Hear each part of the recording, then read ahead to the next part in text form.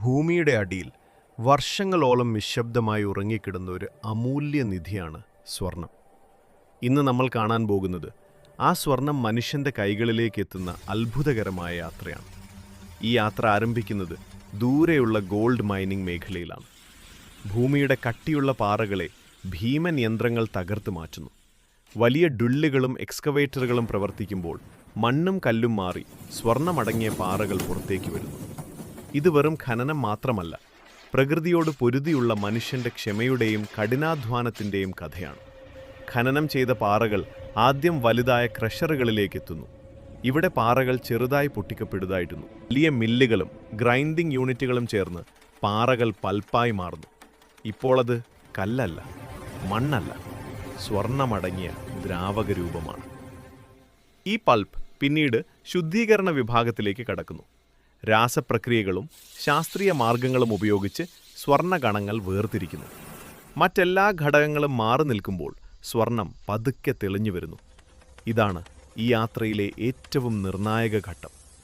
ഒരിക്കൽ ഭൂമിയുടെ അടിയിൽ മറഞ്ഞുകിടന്ന സ്വർണം ഇപ്പോൾ മനുഷ്യൻ്റെ അറിവിൻ്റെയും സാങ്കേതിക വിദ്യയുടെയും ശക്തിയാൽ ശുദ്ധിയിലേക്കുയരുന്നു. അവസാനം ഉരുക്കലിലൂടെ സ്വർണം അതിൻ്റെ യഥാർത്ഥ തിളക്കത്തിലേക്കെത്തുന്നു. ഇതൊരു സാധാരണ പ്രക്രിയയല്ല. ഇത് പ്രകൃതിയും മനുഷ്യനും ചേർന്ന് സൃഷ്ടിക്കുന്ന ഒരു അത്ഭുത യാത്രയാണ്. ഉരുകുന്ന സ്വർണത്തിൽ നിന്ന് കട്ടിയാകുന്ന ഓരോ ബാറും സൂക്ഷ്മമായി പരിശോധിക്കപ്പെടുന്നു. ചെറിയ തെറ്റുപോലും ഇവിടെ അനുവദനീയമല്ല.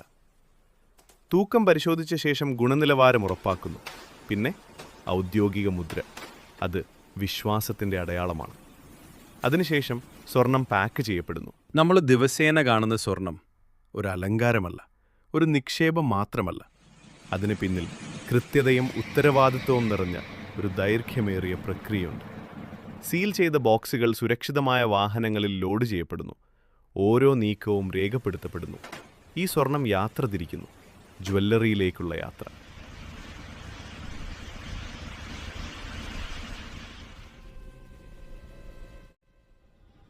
ജ്വല്ലറിയിലെത്തിയാൽ വീണ്ടും പരിശോധന, പിന്നെ പ്രദർശനം.